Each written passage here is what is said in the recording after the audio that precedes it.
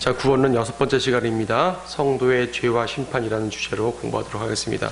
먼저 기도하고 시작하도록 하겠습니다. 주 하나님 감사합니다. 오전에도 풍성한 예배를 주셨고 주님께서 저희들 성도들의 경배를 통해서 기뻐 받아주신 것을 믿고 감사드립니다. 저희들에게 주시는 하나님의 말씀의 은혜가 얼마나 크신지요. 저희들은 하나님의 말씀을 통해서 온갖 은혜를 누리고 주님께서 함께 하시고 이끌어 주시고 먹어주시는 모든 것들을 깨닫습니다. 이 시간 저희들은 또 한 번 하나님의 말씀을 드리려고 합니다. 열려있는 말씀 앞에 저의 마음이 감히 닫혀지지 않도록 도와주시고 저희도 역시 열린 마음으로 하나님의 말씀을 대할 때 주께서 저희들에게 가르쳐 주시고자 하는 그 모든 것들을 하나도 놓치지 않고 다 받을 수 있도록 도와주시옵소서. 특히 구원론에 대해서 쭉 공부하고 있습니다. 이 부분에 대해서 궁금해하는 사람들이 꽤 많은 것 같습니다. 많은 사람들의 반응도 있습니다. 주님, 그 모든 사람들, 진리를 알고자 하는 모든 사람들에게 하나님의 말씀이 효과적으로 역사되기를 원합니다. 이 말씀을 통해서 그들을 깨우쳐 주시고 진리로 이끌어 주시고 하나님 안에서 길을 발견하게 도와주시옵소서. 주 예수 그리스도 이름으로 기도드립니다. 아멘. 자, 성도의 죄와 심판. 자, 심판. 구원론에서 빠질 수 없는 내용이 또 심판 부분이죠. 심판. 죄 지면 벌을 받으니까. 그렇죠. 물론 여기서 심판이라는 것은 꼭 지옥의 심판만 말하는 것이 아니죠. 구원론에 대해서 말하는 직접 연관된 심판은 아무래도 지옥의 심판이겠지만 다른 심판들도 많아요. 징계도, 살아있는 동안 받는 징계도 심판이고요. 무엇보다 예수님께서 십자가에서 받은 심판도 있었죠. 예수님이 죄를 지어서 받은 심판은 아니지만 온 세상의 죄들 때문에 대신 받은 거 아니겠습니까? 그 다음에 보상으로서의 심판이라는 것도 있어요. 보상. 보상받는 게 무슨 심판이에요? 라고 질문할 수 있겠지만 보상도 일종의 심판이에요. 여러분 우리말로는 심판, 재판, 판단 좀 개념이나 뉘앙스가 좀 다르지만 영어로 저지먼트 하게 되면 다 통하는 말이거든요. 그래서 재판 아닙니까? 재판에서 너 의로와 상 주고 넌 나빠 벌 준단 말입니다. 이것이 바로 재판이죠. 심판 아니에요. 심판. 그렇죠? 그래서 성도들이 받는 보상의 심판도 있습니다. 자, 이런 모든 심판들을 다룰 텐데 이런 것들을 한 시간에 다 하긴 많기 때문에 두 개를 나눴어요. 그래서 오늘은 죄에 대한 심판과 징계로서의 심판을 볼 것이고 나머지 두 심판은 우리 다음 주에 다시 보도록 하겠습니다. 자, 우리가 이런 심판들 또 다른 의미로 나눠보게 되면 죄인으로서의 심판, 아들로서의 심판, 종으로서의 심판 다양하게 볼 수가 있거든요. 우리가 죄인이라는 개념으로 받는 심판이 있고요. 아들이라는 개념으로 받는 심판이 있어요. 자, 차이가 무엇인가? 또 우리가 또 이 시간에 중요하게 다룰 이 개념 중에 하나가 용서라는 개념입니다. 용서. 용서를 한 가지 관점으로는 보면 안 돼요. 용서도 관점이 다양합니다. 크게 두 가지로 나누는데 지옥으로부터의 용서가 있고 징계로부터의 용서가 있어요. 지옥 갈 죄인을 용서해서 지옥 가지 않게 해주는 용서가 있고 징계받을 사람에게 징계를 걷어주시는 용서가 있죠. 둘 다 용서는 용서고 둘 다 죄에 대한 용서인 건 맞지만 용서의 개념과 본질이 다르잖아요. 이 개념을 오해함으로써 수많은 사람들이 구원론에 대해서 혼동해요. 구원론과 성화에 대해서 혼동하는 것이에요. 구원받은 사람이 지속적으로 성화를 이루어가야 돼, 거룩함을 이루어가야 되는데 그것이 아니라 구원받음과 성화의 과정을 혼동시켜가지고 그렇게 되죠. 대표적인 사람들이 구원파예요. 구원파 사람들은 구원의 복음을 어떻게든 정확하게 전하려는 것 같은데 그 용서에 대한 개념을 혼동하는 거죠. 또 거꾸로 구원파를 반대하는 교회들은 그 개념을 그들도 역시 용서에 대한 개념을 혼동하다 보니까 어떻게 예수님이 모든 죄를 용서했냐, 어떻게 예수님이 부분적으로 용서했냐 이런 용서하고 논쟁을 하는 것이죠. 자, 그게 무슨 말인가 우리 본문을 보면서 하나하나 알도록 해보도록 하겠습니다. 먼저 죄에 대한 심판. 이거는 죄인으로서의 심판을 말한다고 할 수가 있는데요. 이것은 사실 우리가 죄인으로서 심판받아야 되는 것이요. 하나님의 진노가 모든 죄인들에게 다 내려져야 되는 것입니다. 저 하늘로부터 이 땅에 있는 모든 죄인들에게 일일이 한 명씩 그분의 진노를 다 던지는 것이에요. 왜? 모두 죄인이니까. 그렇죠? 모든 사람들은 죄인이라고 그랬어요. 모든 사람들은 죄인이기 때문에 하나님의 영광에 이르지 못한다. 하나님의 영광에 이르지 못한다는 뭐예요? 멸망한다는 말이에요. 심판받는다 그러잖아요. 멸망한다 그러잖아요. 그렇죠? 그런데 그 심판을 누가 대신 받으셨어요? 예수님이 대신 받으셨어요. 자, 예수님이 대신 받으셨기 때문에 결과적으로 나는 심판받지 않고 예수님이 받은 것이지 아버지 하나님 편에서는 모두에게 심판을 내린 거란 얘기죠. 모든 사람들에게 내려지는 그 심판인데 이것이 예수님에게 십자가로 다 모여지는 것이. 그래서 예수님이 뭐라 그랬어요? 세상 죄를 제거하는 하나님의 어린 양이라고 그랬잖아요. 어린 양이면 어린 양. 대속죄물. 그렇죠? 구약에 있는 것처럼 내 죄로 내가 죽어야 되는데 어린 양을 잡아 죽임으로써 내 죄를 양에게 전가시켜서 어린 양을 죽임으로써 나는 용서받고 죄에 대한 심판은 나 대신 양이 받는 것이에요. 그 양이 바로 예수님이라는 얘기죠. 구약에서는요, 그 양들이 각자의 죄를 위해 죽었다면, 수많은 양들이 피 흘렸다면, 예수님이라는 양은요, 온 세상의 죄를 한꺼번에 용서하시는, 한꺼번에 대속하시는 위대한 대속 양이시죠. 속죄 양이시죠. 화목제물이시라 그러잖아요. 그렇죠? 그래서 갈보리에서 이루어진 심판인데, 이 심판의 목적이 무엇인가? 죄를 제거하는 것이에요. 세상 죄를 제거하는 하나님의 어린 양이라. 제거. 방법이 뭡니까? 대속, 말씀드렸듯이 대속이에요. 대속 이외에, 예수님의 대속 이외에 세상 죄를 제거할 방법은 없습니다. 존재하지 않죠. 죄인이 스스로 용서받을 수 있을까요? 죄인이 스스로 용서받을 수 있다면 예수님 믿지 않아도 돼요. 왜 믿어요? 스스로 용서받을 수가 있는데. 하지만 스스로 죄를 해결할 수 있는 사람은 지상에 역사 이래로 아무도 없습니다. 그러므로 반드시 누군가가 대신 죄를 해결해 주셔야 돼요. 그 누군가가 누굽니까? 바로 구세주시죠. 그 구세주가 누구시에요? 하나님의 아들이신 예수님이란 말이죠. 하나님 자신이신 예수님입니다. 그분이 우리를 위해서 죽으신 것이에요. 이게 바로 갈보리에서 이루어진 죄에 대한 심판입니다. 자, 대상이 누굽니까? 우리 성도들만 위해서? 아니요. 모든 사람들을 위해서. 여러분 마가복음 2장 17절 말씀 보시면, 마가복음 2장 17절 말씀, 예수님이 말씀하셨죠. 건강한 사람들에게는 의사가 필요 없지만 병든 사람들에게는 필요하니라. 나는 의인들을 부르러 온 것이 아니요 죄인들을 불러 회개에 이르게 하려고 왔노라. 죄인들을 불러 회개에 이르게 하려고 왔다. 죄인을 위해서 오신 것이 죄인을 위해서. 그렇잖아요. 다만 믿는 사람이 믿는 사람에게 이 대속의 효력이 생기는 것이지, 믿지 않는 사람은 여전히 자기의 죄 때문에 멸망한다고 그랬잖아요. 오전 설교에도 비슷한 말씀드렸는데, 하지만은 주님의 목적 자체는 모든 사람이라는 얘기예요. 목적 자체는. 그리고 하나 더 보죠. 베드로후서 2장 1절 말씀. 베드로후서 2장 1절 말씀 보시면은, 자, 미래에 있을 거짓 교사들에 대한 경고를 예언으로 말씀하시는 것인데, 여기서 내용을 볼 게 있어요. 그러나 백성 가운데도 거짓 선지자들이 있었던 것처럼 너희 가운데도 거짓 교사들이 있으리라. 그들은 저주받을 이단들을 비밀리에 불러들여서 자기들을 사신 주를 부인하기까지 하며 급격한 파멸을 스스로 불러들으느니라. 자, 저주받을 이단들이고요, 주를 부인합니다. 급격한 파멸을 받습니다. 근데 그들에게 뭐라고 묘사합니까? 자기들을 사신 주를 부인했다. 즉 예수님께서는 그들을 사셨어요. 피값으로 사셨어요. 근데 주님을 부인하고 멸망해요. 이 말은 구원받은 사람도 멸망할 수 있다, 그 말이 아닙니다. 구원받은 사람도 구원을 잃어버릴 수 있다, 그 말이 아닙니다. 예수님께서는 구원받지 못할 모든 죄인들까지도 피를 흘려주신 것이에요. 그들을 위해서까지도 피를 흘려주신 것이에요.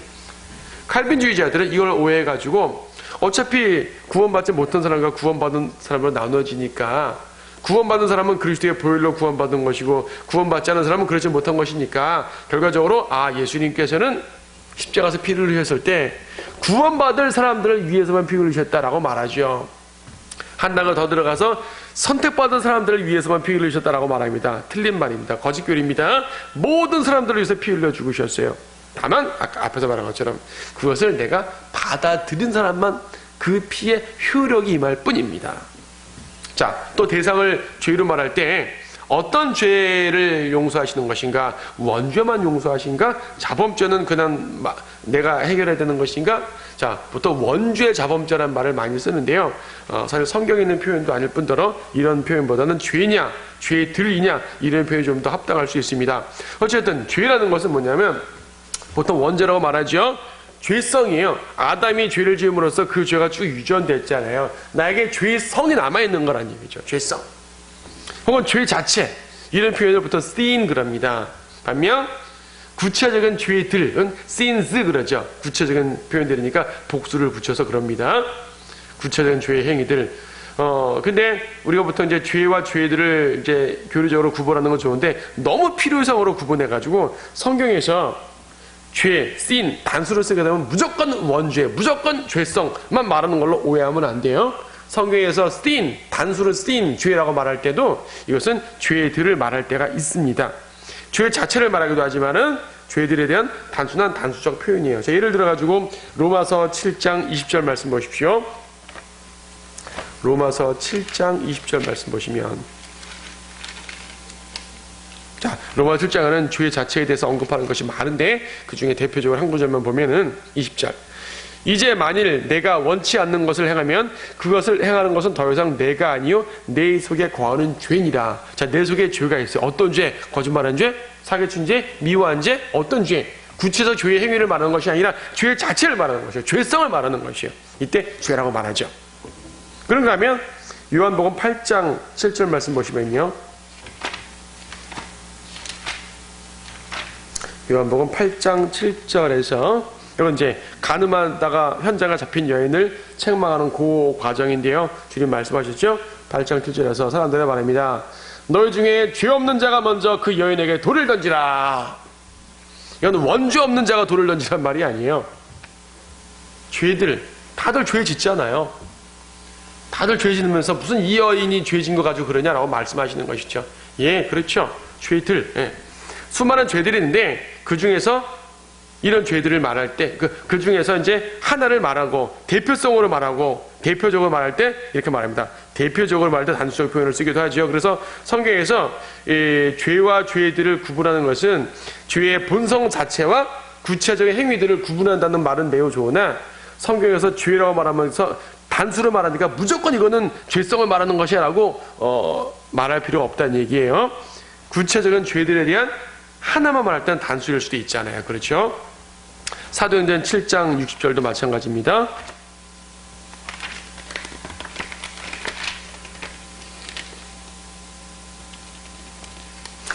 스테판이 죽을 때 무릎을 꿇고 큰 소리로 부르짖기를 주여 이 죄를 그들에게 돌리지 마옵소서. 사람들이 예수님을 거절하고 자기를 돌로 쳐 죽였잖아요.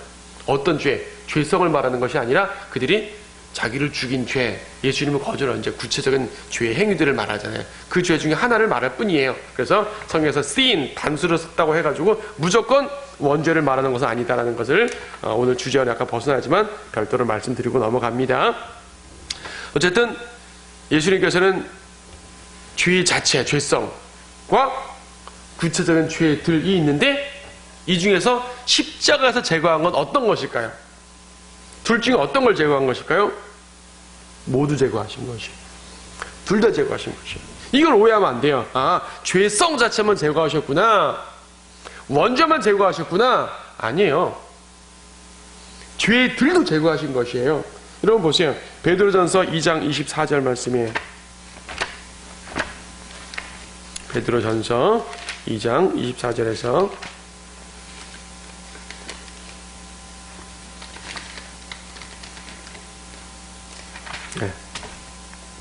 그가 친히 나무에 달린 자신의 몸으로 우리의 죄들을 담당하셨으니 이는 우리가 죄들에는 죽고 의에는 살게 하려 하심이라. 그가 채찍에 맞음으로 너희가 낫게 되었느니라. 십자가에 달린 자신의 몸으로 뭘 담당하셨다고요? 우리의 죄들을 담당하셨잖아요. 세상 죄들을 담당하셨다고 했을 때 세상의 죄성만 말하는 것이 아니라 세상의 그 수많은 죄들을 다 담당하셨다는 얘기예요. 모든 사람의 죄들을 다 담당하셨다는 그 말씀이지요. 그래서요, 십자가에서 해결한 죄는 원죄만이 아니라 죄성만이 아니라 우리가 짓는 모든 죄들도 다 십자가에서 해결하신 것이에요. 그렇게 말하면 과거, 현재, 미래의 모든 죄까지 다 포함된다고 말할 수 있겠지요. 자, 미래의 죄를 말하는 사람들이 혼동합니다. 아니, 당연히 과거의 죄는 용서받는다는 거 이해되는데 어떻게 미래의 죄도 용서받을 수 있습니까? 미래에는 아직 죄를 짓지도 않는 걸 어떻게 용서한단 말입니까? 라고 말하겠지만, 자, 좀 더 넓은 관점으로 보세요. 십자가의 관점으로 볼 때, 십자가라는 2000년 전, 십자가라는 갈보리적 시점에서 볼 때 모든 죄는 미래의 죄예요. 그렇죠? 여러분은 2000년 전에 존재하지 않았습니다. 저는 2000년 전에 이스라엘에 있지도 않았습니다. 근데 예수님이 피 흘려 죽으셨을 때 그 피는 내 죄를 씻기 위함이었어요. 내가 앞으로 지을 죄를까지도 씻기 위함이란 얘기죠. 그렇죠? 그 용서가 구체적으로 효력을 발생하는 것은 당연히 믿을 때입니다. 믿기 전에도 다 용서받았다고 말할 수는 없잖아요. 그렇죠? 예. 믿을 때 효력을 발생하는 것은 맞지만 주님께서 모든 사람의 죄를 용서하시려고 용서의 의도로 피를 뿌리신 것 자체는 미래에 지어질 어떠한 죄들에 대해서도 다 마찬가지란 얘기입니다. 이것이 바로 미래의 죄까지도 용서했다는 그런 말이에요. 그래서 구원받을 때 모든 죄들까지도 용서하셨기 때문에 여러분이 예수를 영접하는 순간 미래의 죄까지 다 씻겨지는 것입니다. 죄들 다. 자, 여기서 사람들이 이제 혼동하는 내용이 드디어 나오는 거죠. 자, 십자가의 이 죄에 대한 심판의 결과는 무엇인가? 말씀드린 것처럼 모든 사람들이 용서받을 근거를 마련하셨다. 하나님 편에서는 용서하신 것이야, 사실. 하나님 편에서는 용서를 하신 것인데 사람들이 그 용서를 다 거절하니까 거절한 사람에게는 그 죄가 자기에게 남아있는 것이에요. 그 죄 때문에 지옥 가는 것이죠. 멸망하는 것입니다. 용서를 받아들이면 내 모든 죄들이 다 제거되고 예수 그리스도의 의를 힘입어서 구원을 받고 위로 올라가는 것이죠. 그래서 이 하나님 편에서는 갈보리에서의 죄에 대한 심판을 모든 사람을 용서하는 걸로 말하지만 우리 개개인의 편에서 말할 때는 믿기 전까지는 해결이 안 되는 거죠. 그래서 이것을 결론적으로 말하게 되면 이 결과는요, 십자가라는 죄에 대한 심판의 결과는 모든 사람들이 구원을 받을, 용서를 받을 근거를 마련해 놓으신 거라 말할 수 있죠. 용서받을 근거를 마련해 놓으신 것입니다. 이제는 누구라도 마음 놓고 주님께 나아가기만 하면 구원받을 수 있다는 사실이죠. 또 이 십자가의 결과는 뭐냐면 죄에 대한 심판입니다. 히브리서 2장 14절 말씀 보면 죄의 권세자에 대한 심판입니다. 죄의 권세자가 누굽니까? 마귀죠. 히브리서 2장 14절 말씀 보시면 자네들이 피와 살에 참여하는 것 자인 것 같이 그 역시 같은 모양으로 동일한 것을 참여하신 것은 자신의 죽음을 통하여 죽음의 세력을 가진 자 곧 마귀를 멸망시키시며 또 죽음을 두려움으로 평생을 노예로 속박되어 있는 자들을 놓아주시려 함이니라 라고 말씀하셨어요. 죽음의 세력을 가진 자는 누구죠? 마귀입니다.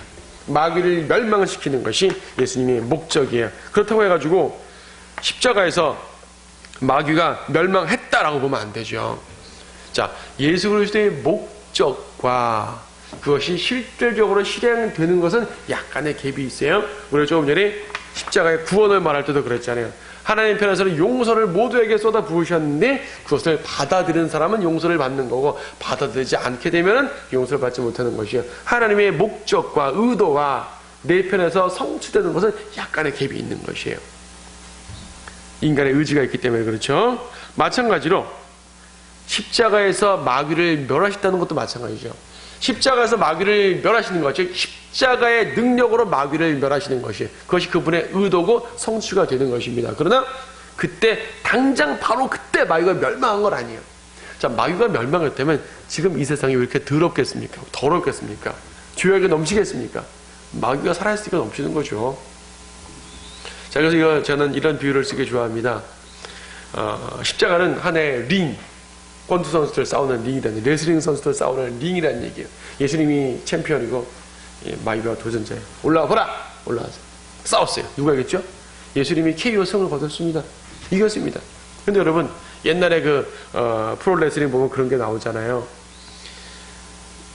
이 승자가 이제 하여튼 누가 이겼어요. 그러면 진 선수는 패배를 인정하고 내려오면 되는데 심판이 이긴 사람 손을 딱 들고 진 사람을 패배했다고 선언하니까 이 사람은 링 밖으로 내려와서 자기의 진 것을 인정하지 않고 관중들에게 행패를 부리는 그런 사람이 있었습니다. 관중들에게. 이게 뭡니까? 사탄이 바로 그런 모습이라는 얘기죠. 사탄은 십자가에서는 패배를 선언받았으나 링에서 내려와서 사람들에게 마치 자기가 승리한 것처럼 포악한 행동을 하는 것이죠. 자기가 살아있음을 증명하려는 것이에요. 보이려는 것이에요. 하지만 마귀가 아직 살아있으나 심판은 받았다. 즉 마귀가 아무리 꼬리를 치고 그 무서운 꼬리를 휘두르며 사람들을 힘들게 할지라도 그런 패배를 심판받은 존재라는 사실을 아셔야 됩니다. 패배를 심판받은 존재이기 때문에 우리는 승리자 예수 그리스도의 편에서 이겨나갈 수 있다는 것이죠. 자, 십자가의 결과는 죄의 권세자를 심판하신 것이고요. 믿는 자에 대한 완전한 용서죠. 믿는 자에 대한 완전한 용서. 계속 반복되는 말이지만은 여기서 용서라는 것은 형벌의 면제입니다. 지옥을 가지 않는다는 개념에서의 용서예요. 단번 속죄죠. 한꺼번에 용서받았어요. 단번 속죄란 말은 한꺼번에 두고두고 용서하시는 것이 아니에요. 자, 미래의 죄를 용서했단 말 이해 못한 사람들에게 단번 속죄를 말씀드리고자 하는 것입니다. 예수님의 보혈은 한 번에 다 용서하는 것이죠. 예수님이 피를 여러 번 흘리는 것이 아니란 말입니다. 한 번 흘려서 모든 죄를 용서하시는 것이기 때문에 또다시 피를 흘릴 필요가 없어요. 단번 속죄예요. 그렇죠? 예. 그런데 이 용서의 개념이 뭐냐면, 어떤 죄는 용서받고 어떤 죄는 용서받지 못한다는 죄의 종류를 말하는 것이 아니라, 용서의 그 범위를 말하는 것이 아니라 용서의 종류를 말하는 것이에요. 여기서 말하는 용서는 뭐냐면 지옥 가지 않는 용서를 말합니다. 지옥 가지 않은 용서. 지옥을 보내려는데 안 보내는 것이요. 형벌을 면제받는 용서죠. 이것만큼 큰 것이 어디 있겠어요. 그래서 우리는 구원의 영원한 보장을 받게 되는 것입니다. 자, 지옥으로부터 용서라는 이 관점을 여러분 잘 기억해 놓으셔야 됩니다. 지옥으로부터 용서란 말은 미래의 죄까지 용서했다는 말이 되는 것이에요. 우리가 죄인이라는 사실을 회개하고 믿음으로 영접하는 순간 용서가 돼요. 자, 반복해 말씀드리지만은 하나님 편에서는 십자가에서 죄의 용서를 던지신 것, 뿌려놓으신 것이, 하지만 나 개인으로서는 믿고 영접하는 순간 그 용서가 나에게 적용이 돼요. 근데 여러분, 어떠한 죄를 용서받고 구원받으셨습니까? 구원받을 때 여러분이 일평생 지은 죄들 다 자백하고 구원받았습니까? 놓친 거였으면 어떡하려고요? 아니잖아요.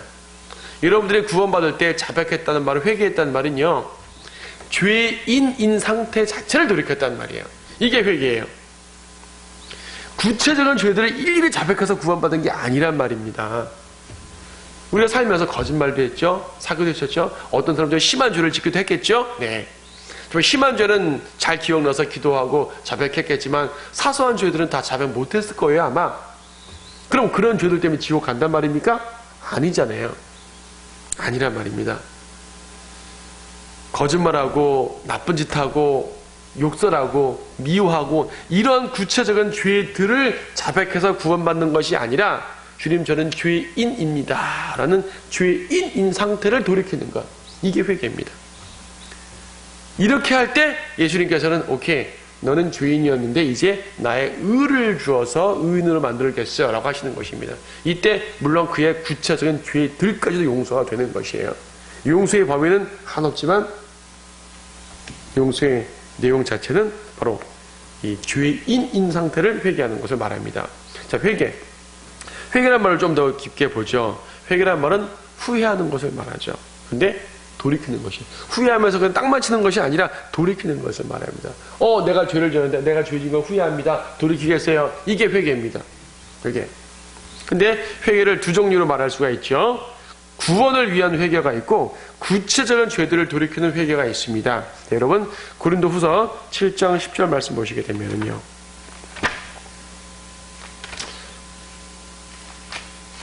고린도후서 7장 10절 말씀에 하나님의 뜻대로 하는 슬픔은 구원을 위한 회개에 이르게 하므로 후회할 것이 없느니라. 그러나 세상의 슬픔은 사망에 이르느니라. 여기서 구원을 위한 회개란 말이 나오죠. 회개는 구원을 위한 것이에요. 구원을 위한 회개. 어떤 분들은 회개라는 단어 자체는 구원받을 때 한 번만 해야 되고 나머지는 자백이다라고 말하는데, 그 말은 기본적으로 맞아요. 우리가 구원받을 때 하는 회개와 평상시 하는 자백은 종류 자체가 다르기 때문에. 하지만 그렇다고 성경에서 회개라는 단어 자체가 무조건 구원받는 회개를 말하는 건 아닙니다. 때에 따라서는 내 구체적인 죄들을 돌이키는 것도 회개라는 말을 씁니다. 여러분 누가복음 17장 4절 말씀 보시게 되면,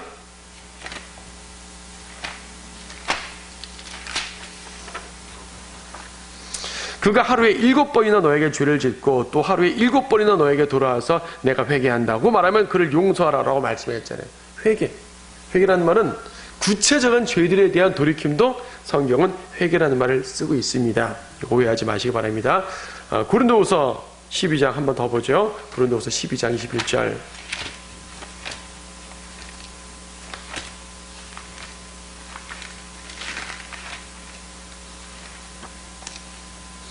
또 내가 다시 가면 나의 하나님께서 너희 앞에서 나를 낮추시지 않을까 하며 전에 죄를 지었으나 그들이 범한 부정과 음행과 세욕을 회개하지 않은 많은 자로 인하여 애통하게 되지 아니할까 함이라. 여기서도 역시 구체적인 죄들, 그들이 범한 부정, 음행, 세욕 등등 구체적인 죄들에 대해서 회개라는 단어를 쓰고 있습니다. 그러므로 회개라는 말 자체는 광범위한 말이에요.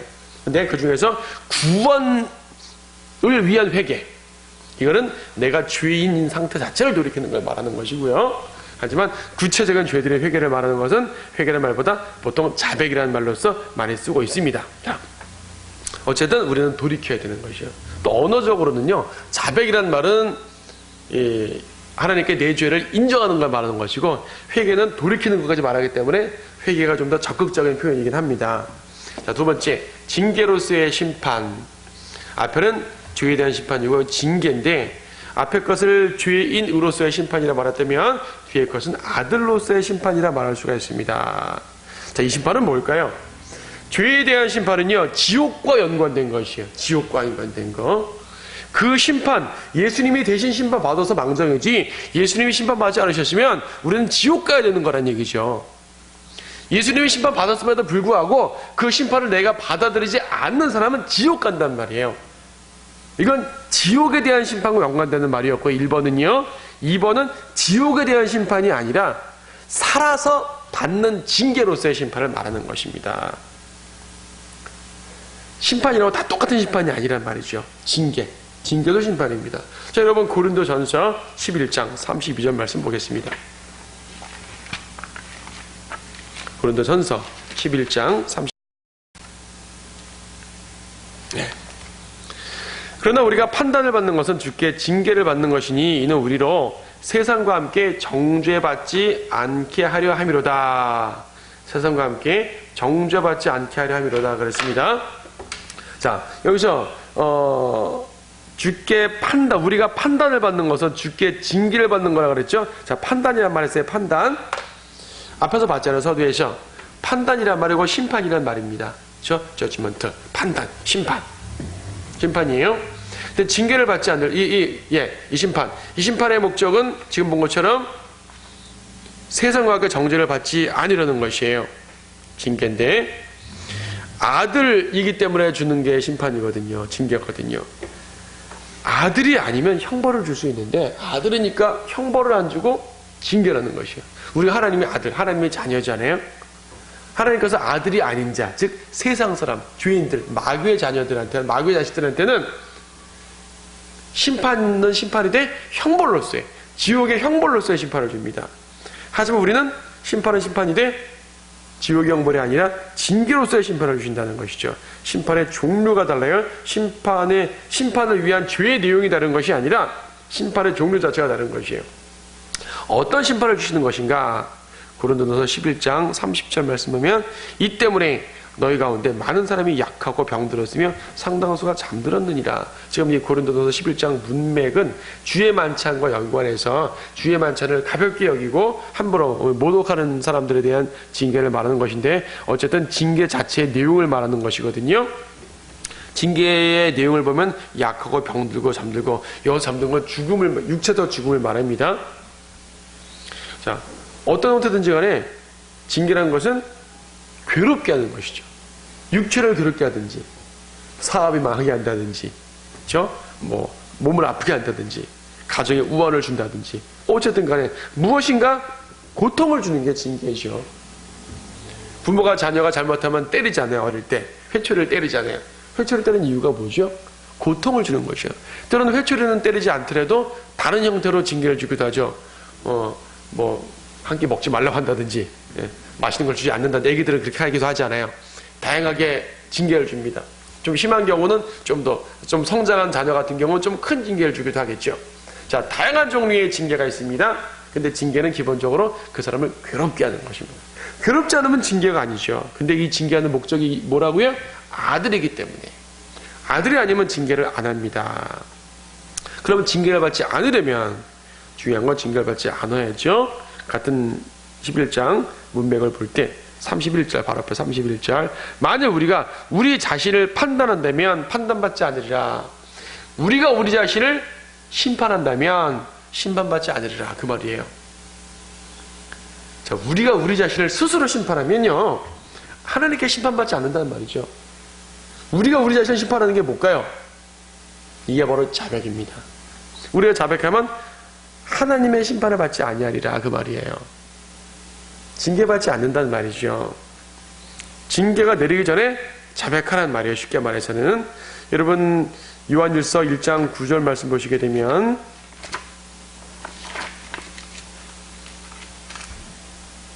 우리가 우리 죄들을 자백하면 그는 신실하시고 의로우셔서 우리의 죄들을 용서하시며 모든 불의에서 우리를 깨끗하게 하시느니라.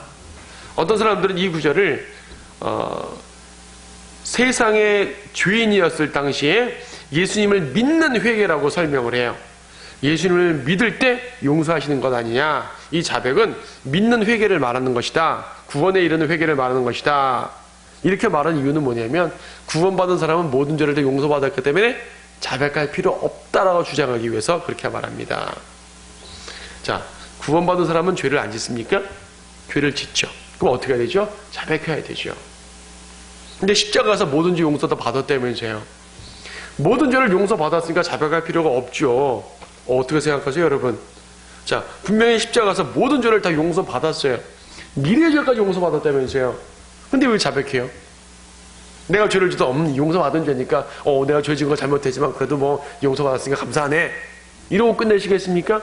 아니에요. 주님 잘못했습니다 하고 자백을 해야 됩니다. 안 그러면 심판받습니다. 근데 심판의 내용이 달라요. 앞에서 말한 것은 미래의 죄까지 용서받았기 때문에 자백을 하지 않아도, 별도의 자백을 따로 하지 않아도 이미 용서받았기 때문에 지옥에 가는 심판은 받지 않아요. 하지만 자백을 하지 않으면은 지옥은 가지 않는다 할지라도 삶에서 징계를 받는 그 심판은 받는다는 얘기죠. 심판의 종류가 다른 것이에요. 심판의 종류. 구원받은 제가 죄를 짓고 자백하지 않으면은 심판을 받아요. 어떤 심판? 지옥의 심판? 아니요. 징계의 심판. 심판의 내용이 다른 것이죠. 그렇다면요, 구원의 개념으로 말할 때 지옥 가지 않는 심판은 한 번에 다 용서됐기 때문에 미래의 죄까지 용서된 것이지만은 자백이라는, 즉 징계로서의 심판을 말할 때는요, 자백하기 전까지는 용서받은 것이 아니란 얘기죠. 미래의 죄는 용서받은 것이 아니에요. 이 요한일서 1장 9절에 따르면은 과거의 죄만 용서받은 거고 미래의 죄는 용서받지 않아요. 어떤 시점에서 자백하는 기점으로 말할 때, 자백하는 시점으로 말할 때 과거의 죄는 용서받은 거고 미래의 죄는 용서받지 않은 거예요. 자, 이 두 관점이 혼동되게 되면 문제가 되겠죠. 분명 어떤 사람들은 미래의 죄까지 용서받습니다 라고 말하고요, 어떤 사람들은 미래의 죄는 용서받지 않습니다, 자백해 용서받죠 라고, 회개해 용서받죠 라고 말합니다. 두 주장이 다 맞는 주장이에요. 틀린 주장이 아닌데 서로 싸우고 있어요. 왜 싸웁니까? 용서의 관점이 다른 걸 모르기 때문에 서로 다른 용서를 같은 거로 취급하니까 싸우죠. 이쪽 사람에서 구원 받을 때 미래의 죄까지 용서받았기 때문에 미래의 죄까지 용서받습니다 라고 말하는 사람은 지옥에 가지 않는다는 그 개념으로 용서받았다고 말하는 것이고, 자백하기 전까지는, 즉 회개하기 전까지는 미래의 죄를 용서받지 못한다라고 주장하는 사람은 징계로서의 용서를 말할 때 하는 말이에요. 용서의 종류가 다르기 때문에 개념이 다르고 설명이 다른 건데, 용서의 개념을 하나로 보니까 미래의 죄가 용서받을 수 있냐, 미래의 죄가 용서받을 수 없냐, 이거하고 싸우는 거죠. 저는 어저께도 자료 찾아보다가 인터넷 이런 데서요, 미래의 죄를 용서받을 수 있다 없다 이걸로 논쟁하는 사람들을 봤어요. 논쟁을 하죠. 이걸 모르니까, 용서의 두 가지 관점을 모르니까 싸우는 것이에요. 아, 미래의 죄 용서받지 못한다, 아, 미래의 죄 용서받았다. 당연히 미래의 죄는 용서받았습니다. 지옥 가지 않는 범위 내에서. 당연히 미래 여자는 용서받지 않았습니다. 징계받는다는 개념에서. 그렇죠? 이 두 가지를 분명히 기억한다면 아무런 혼동도 없습니다. 오늘 여러분은 확실하게 아시기 바랍니다. 그래서 이제 이 용서에 대한 잘못된 교리가 있는데 뭐냐면, 원죄는 십자가에서 용서받고 자범죄는 자백할 때 용서받는다. 이게 바로 용서의 개념을 잘 몰라서 하는 혼동 중에 하나죠. 여러분 분명히 알겠죠? 십자가에서는요, 원죄뿐 아니라 자범죄, 즉 죄성이나 죄들 다 용서받는 것이에요. 근데 어떤 개념으로? 지옥 가지 않는 개념으로 용서받는 것이죠. 이걸 오해하니까 혼동을 하죠. 또 어떤 사람이 이렇게 말합니다. 구원받기 전까지의 죄는 십자가에서 용서받고 구원받은 이후의 죄는 자백할 때 용서받는다. 이 역시 잘못된 설명이에요. 구원받기 전까지의 죄는 십자가에서 용서받고 십자가의 피는 모든 범위를 초월하는 걸 말하는데, 자백은 내 행위의 죄를 말할 때 쓰는 거기 때문에 두 개념이 혼재되어 있는 말이죠. 이렇게 말하면 안 돼요. 이건 틀린 말이에요. 잘못된 교리예요. 구원받은 이후의 죄는 자백할 때 용서받는다라고 말하게 되면 그 사람은 미래의 죄는 용서받지 않았단 말이에요. 미래의 죄는 용서받지 않았기 때문에 구원의 영원한 보장이 없다고 설명하는 것입니다. 그러니까 어떻게 보게 되면 아예 좀 말을 실수했나라고 볼 수 있지만, 이 주장을 자세히 보게 되면 이 사람은 구원의 영원한 보장을 믿지 못하는 사람이 하는 말인 것이에요. 엄청난 거짓 교리가 되죠. 용서의 두 관점을 이해하게 되면 아무 문제가 없는데, 그걸 이해하지 못하니까 모든 걸 지옥으로부터의 용서, 구원의 관점만 갖고 말하는데, 구원받기 전에 저는 십자가에서 용서받고 구원받은 이후에 저는 자백할 때 용서받는다. 그건 자백하지 않고 죽으면 어떻게 돼? 지옥 간다는 얘기예요. 구원받았는데, 십자가에서 용서받았는데 또 지옥 가요? 이처럼 혼재된 상황, 바로 용서에 대한 두 개념을 모르기 때문에 구원의 영원한 보장을 믿는다고 말하면서도 자기도 모르는 사이에 구원의 영원한 보장을 믿지 못하는 그런 주장을 해버리게 되는 것이에요. 이거 오해하시면 안 됩니다. 잘 이해하셔야 됩니다. 자, 올바른 교리가 뭐죠? 지옥으로부터의 용서라는 개념에서 모든 죄들은 한꺼번에 용서되었다. 완벽히 용서되었다. 그래서 구원받는다. 하지만 징계로부터의 용서라는 개념에서 어떠한 죄도 자백하기 전까지는 용서받지 못한다. 그래서 징계받지 않는다라는 말입니다. 자, 이것을 확실히 안 되면 오늘 이것만 알아도 확실히 아는 것이요. 이거 하나를 설명하기 위해서 이렇게 쭉 설명한 것입니다. 한 가지 추가로 말씀드린다면, 징계에 대해서도 하나 짚고 넘어갈 것이 있는데, 그런 말 많이 하잖아요. 용서는 하지만 징계는 받는다. 자, 우리가 자백하면 하나님 용서해 주십니다. 하지만 징계는 받습니다. 근데 그게 무슨 용서예요? 분명 그랬잖아요. 우리가 고린도서 11장 31절 그랬잖아요. 만일 우리가 우리 자신을 판단한다면 판단받지 않으리라. 우리가 스스로 판단해버리면, 우리가 스스로 심판해버리면 하나님은 심판하지 않는다는 것이에요. 근데 왜 내가 자백해놓고 또 심판을 받냐는 얘기죠. 아니거든요. 네. 하지만 분명 많은 사람들이 주님 잘못했습니다 라고 자백했는데 여전히 안 좋은 일을 겪죠.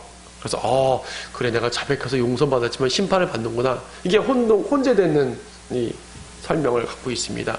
자, 이걸 좀 더 간단하게 이해를 하면 이렇게 이해할 수 있겠습니다.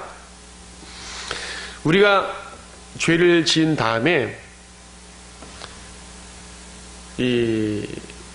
그 죄 때문에 하나님이 직접적으로 심판하거나 징계하는 것이 아니라 할지라도 죄에 대한 결과를 책임져야 될 때가 있지요. 제가 어느 형제랑 싸워가지고 몸에 상처를 냈어요.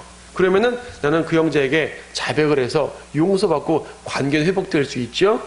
하지만 그 상해를 입힌 것은 내가 해결해 줘야 되잖아요. 돈을 물어준다든지 뭐 등등 여러 가지를 해줘야 되겠죠. 그렇죠? 이거를 내가 징계받았다고 말하면 안 되잖아요. 이건 징계가 아니라 행한 것에 대한 결과일 뿐입니다. 세상은 법에서 어떤 내가 법적인 잘못을 저질렀다고요. 하나님 잘못했습니다. 하나님 용서했어요. 하지만 세상의 법에 따라서 그 법에 대한 판단에 따른 결과는, 법적 집행은 받아야 되는 거죠. 그렇죠? 네. 또 이런 경우도 있습니다. 징계는 징계인데 어떤 법적 집행이 아니라 분명히 하나님의 징계를 줄 수가 있는데, 징계를 받지 않으려면 자백하면 안 받는다 그랬잖아요. 근데 자백의 시점이 중요해요. 시점이. 심판이 선포되는데 자백하면 안 되죠. 그렇죠? 자, 어떤 범죄자가 있어요. 이 사람은 끝까지 범행을 부인합니다. 다 부인하는데 모든 증거를 다 갖다 대가지고 확실하게 죄인임을 인정할 수밖에 없는 상황이 되었어요. 그때 가서 제가 자수할게요. 제가 자백할게요. 이것이 인정이 됩니까? 인정이 안 되죠. 그 전에 모든 것이 드러나기 전에 자백을 하게 되면 정상 참작을 할 수가 있는데 죄의 경중에 따라서 정상 참작을 할 수가 있는데 다 드러난 다음에 죄를 인정해 버리게 되면 그거는 자백한 것이 아니죠. 친구 관계도 마찬가지잖아요.